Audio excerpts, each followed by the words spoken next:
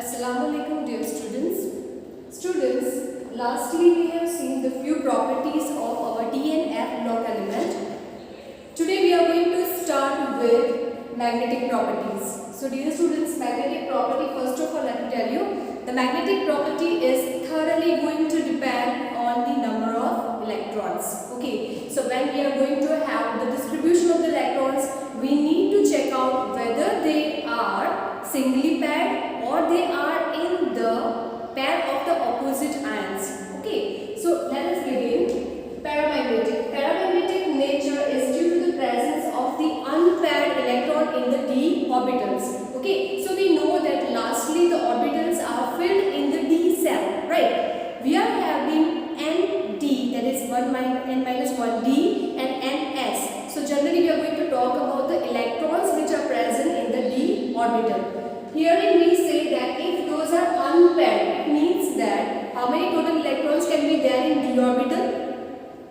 Yes, there is a 10 electrons over there. So when we are not having complete 10 electrons, we are having the incompletely filled d orbital electronic configuration, dear students.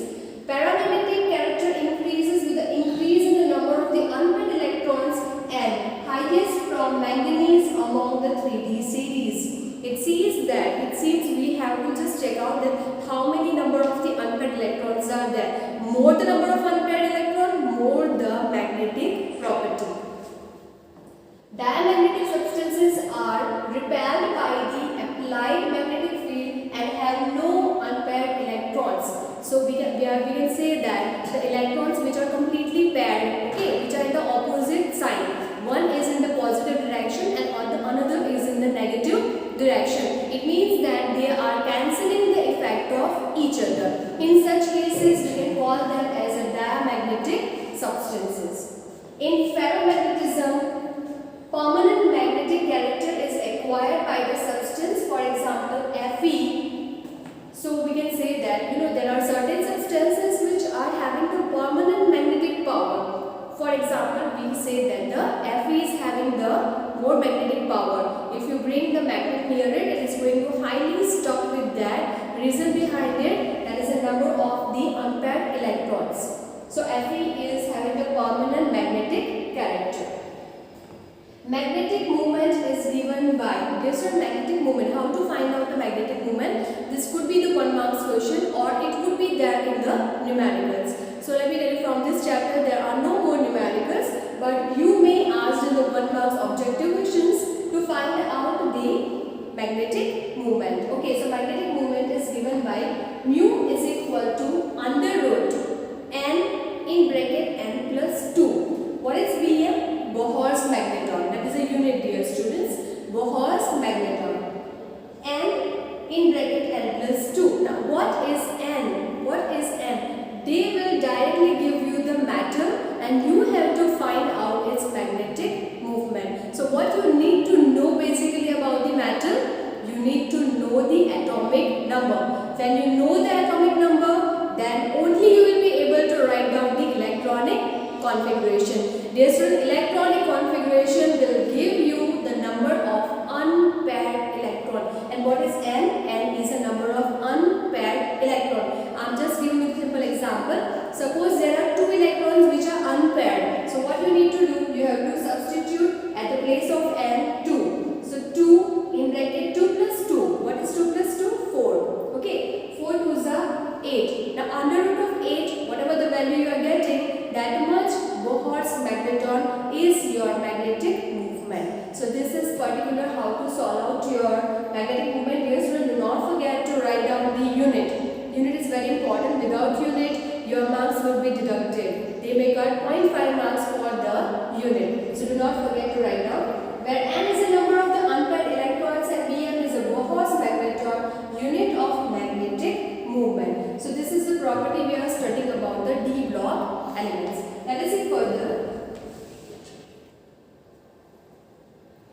Catalytic properties. Dear student, a very basic example if you want to give about the catalytic property, just remember the example of nickel. In class 10th we are studying the hydrogenation, right? We have studied in the organic chapter, that was about the carbon and its compound, we studied that organic matters can go for hydrogenation. For example, what we have done, we have converted vegetable oil into vegetable ghee, right? So what actually we have done? We have done hydrogenation, and when we have done hydrogenation, we require the one particular matter which was used as a catalyst. What are catalysts? Catalysts are the substances which speeds up the reaction, but it does not take part in the product formation. So here it is given, the transition matters enter their compound behaves like catalyst due to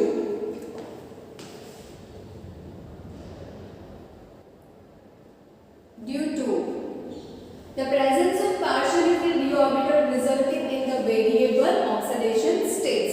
So you can say that presence of the partly filled d orbital, because of this formation of the intermediate complexes with the reactant by lowering the energy of activation. Very important. Catalyst क्या करते हैं? Reaction की speed बढ़ा देते हैं. Reaction की speed कब बढ़ सकती है? जब एक्टिवेशन एनर्जी कम रिक्वायर्ड हो, रिएक्शन की स्पीड बढ़ जाएगी. What is activation energy? Minimum energy required for the reaction to proceed. So if this energy is very high, suppose it is at the peak, very high peak, it means it is going to take very long time for the reaction to carry. This peak can be lowered down by using the catalyst. So we can say that because of the intermediate complexes, their rough surface area which provides the active sites for the absorption of the reactant molecule. Yes, in this point will be more clear when we are going to study chapter number 5, surface chemistry. Okay, in that we are going to learn that metal surface is having the rough area which is able to provide the site for incoming material to set on it, and we call it as a adsorption. Is it clear? That adsorption is not fixed one. It is going to remove after few seconds. So that is what we can say, that because of this three reasons, transition metals are giving the catalytic properties. Number 1, various oxidation state due to the d orbitals. Intermediate complexes lowering the activation energy. The rough surface area which provides the active site to the molecule. Okay. Iron in the preparation of ammonia, that is Haber's process, finely divide nickel for hydrogenation. Pt in the preparation of nitric acid, that is Ostwald process. This is what you have to remember. Some important catalysts having the transition metals are very important. This we have seen before also. Jaglius-Natta catalyst. This polymer वाला chapter पढ़ा था हमने.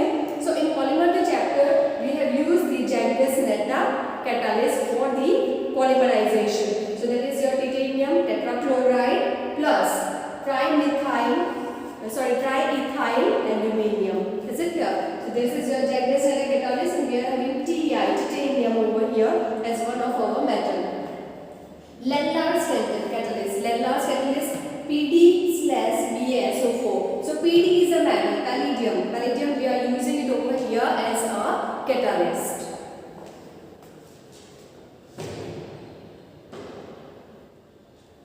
One more, Wilkinson's catalyst. So we are having phosphine, phosphorus, RHCl. So dear student, again you are having your PH, phosphine over here, which is acting as a catalyst.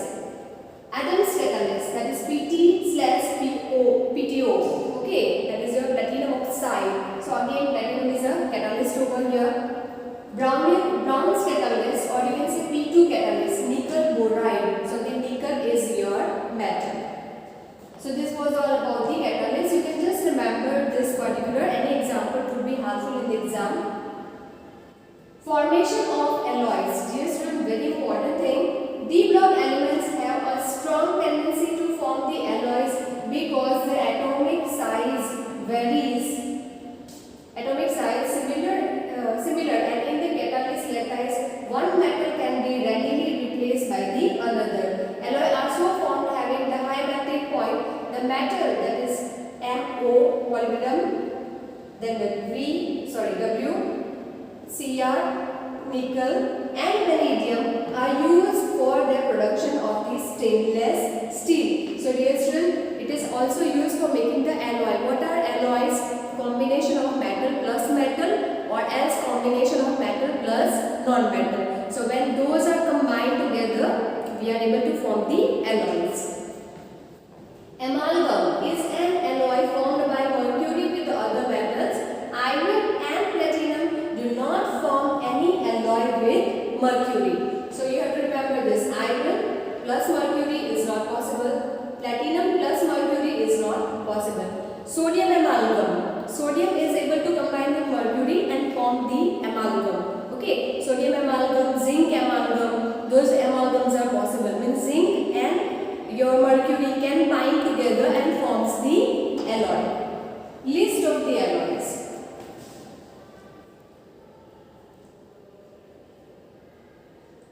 So dear student, along with the composition, for example, stainless steel, Fe 73%, chromium 18%, nickel 8%, and trace amount of the carbon. Carbon is a non-metal. Metal. Okay, it is not only the two metals combined, it can be the combination of 2 to 3 or more than that also in the alloy formation. So that is forming your stainless steel. Coinage alloy, or you can say coinage silver. Coinage alloy or coinage silver. Silver, that is 92.5%, and copper, that is 7.5%. Dental alloy. You know, here all the alloys are given.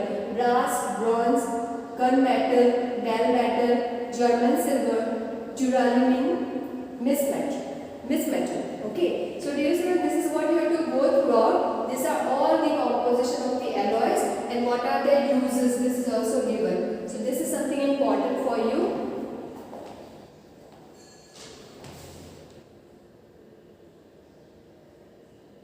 Now see, next property, interstitial compound. What are interstitial compound, dear student?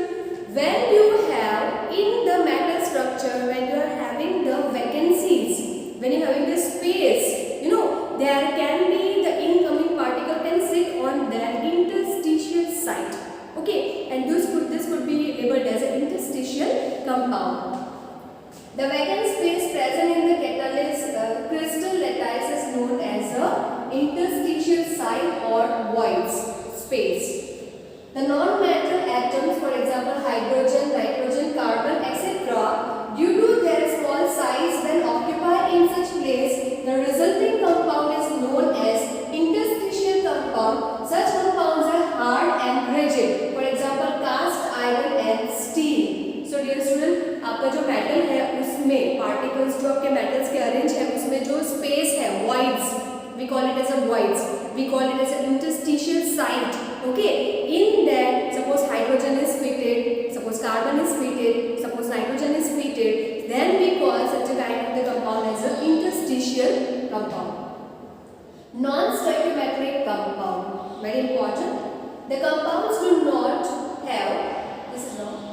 have the element in the exact ratio as in the ideal crystal are known as a non-stoichiometric compound. When you are taking one particular crystal, dear students, there should be the fixed number of the particles in that. If it is not fixed, it means that it is disturbing the stoichiometry of the compound, and such a compound are called non-stoichiometric. Here Fe 0.94 and O, that is 1. The Fe to O ratio is approximately 0.94 to 1 and do not exactly 1 by 1. It is due to the variability of the oxidation state in the transition metal. This element forms such compounds by trapping hydrogen, boron, carbon and nitrogen. Okay, so what is happening? It should be, Fe and O. FeO means complete one Fe should be there and complete one O should be there. But in the structure of Fe, few particles are missing. And that is why the percentage is given over here, that is 0.94. It should be 1 ratio 1, but it is 0.94. It means some other sites are other particles of carbon, hydrogen, boron and nitrogen, not the Fe. Is it clear? So this is one type of the defect we can say in the crystal, and it is also called non-stoichiometric compound.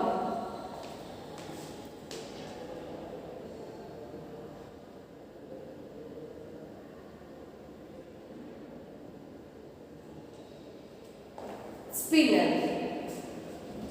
These are the mixed oxide in which oxygen atom consists of FCC lattice. For example, Zn Fe2O4. It is a normal spinel in which the trivalent ion occupies the octahedral holes and divalent ion occupies the tetrahedral holes. Now, dear student, in one particular crystal, you know there can be a different kind of the voids. अलग-अलग type के voids जो आपके chapter number 1 में already है. You study about the different kind of the voids. For example, you are having octahedral voids, you are having tetrahedral voids. Holes भी बुला सकते हो, it's one and the same. So when you are having the composition of such kind over here, you can say that जो आपका trivalent ion है, trivalent ion, it fits into octahedral voids, and your divalent ion is able to fit into tetrahedral voids.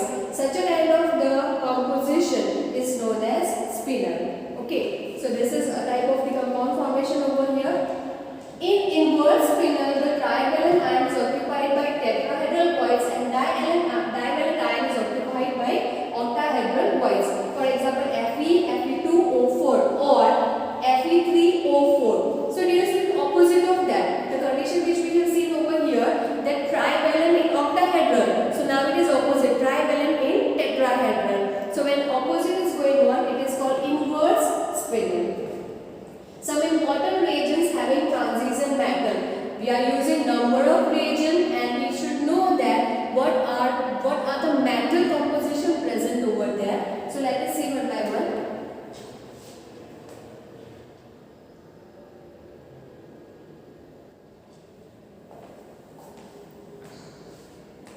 Bayer's reagent, dilute alkaline KMnO4 used to test the presence of unsaturation. Bayer's reagent, we are using alkaline KMnO4. Double bond present है या नहीं है वो check करने के लिए हम KMnO4 use करते हैं. Dear student, what will happen? The pink color of KMnO4 will disappear if your substance is unsaturated. But if it is saturated, the color will remain same. So in this case, we say that Bayer's, it is used KMnO. Which is the transition metal over here? Mn, manganese. Is it clear? Tollens reagent, ammonical solution of AgNO3. We can also call it silver ammonical nitrate. Silver ammonical nitrate, that is your silver ammonical nitrate hydroxide, used to test the aldehyde group. Aldehyde group के लिए use करते हैं. कौन सा metal है हमारा? Silver. Nassler reagent, alkaline solution of K2Ag(I4), not 43, I4. So this is again Hg, mercury is our material. Bandic solution, CuSO4 solution plus sodium citrate plus Na2CO3 used to test the aldehyde. Again for aldehyde detection we are using this. So Cu is our metal. Lucas reagent, concentrated HCl and anhydrous ZnCl2. So which is the metal present over here? Zn. Used to distinguish between primary, secondary and tertiary alcohol. So dear students, these are the 5 particular reagents which you have to remember. You have to remember Bayer's, Tollens, Bandic, Nassler and Lucas. This is the 5 you have to remember in which the metals are present. Application of the transition elements.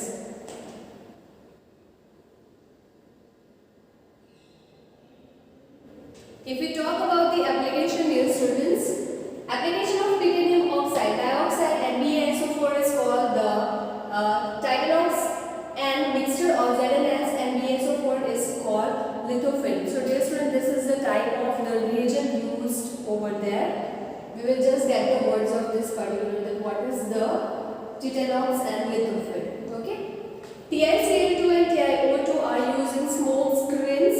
TiO2 is used as a white pigment of the paint. Tantalum is used in surgical, variables and analytical way. Chromium is used in stainless steel and chrome plating. MO is used in X-ray tubes. Platinum is used in resistance thermometer. Cadmium is used in making joint in the jewelry. Ce is used as a scavenger of oxygen and sulfur in many metals. Alkaline solution of K2HgI4 is called Nassler reagent and used for the test of the presence of ammonium ion.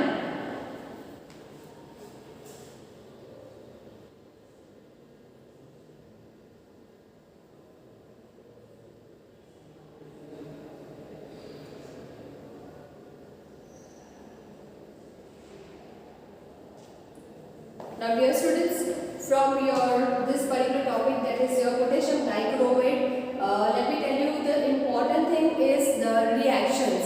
We have to see the reactions moreover in this case, that what could be the reaction in the acidic or the basic medium, and we are going to start this topic in our next video. So till here, if you face any problems, just let me know.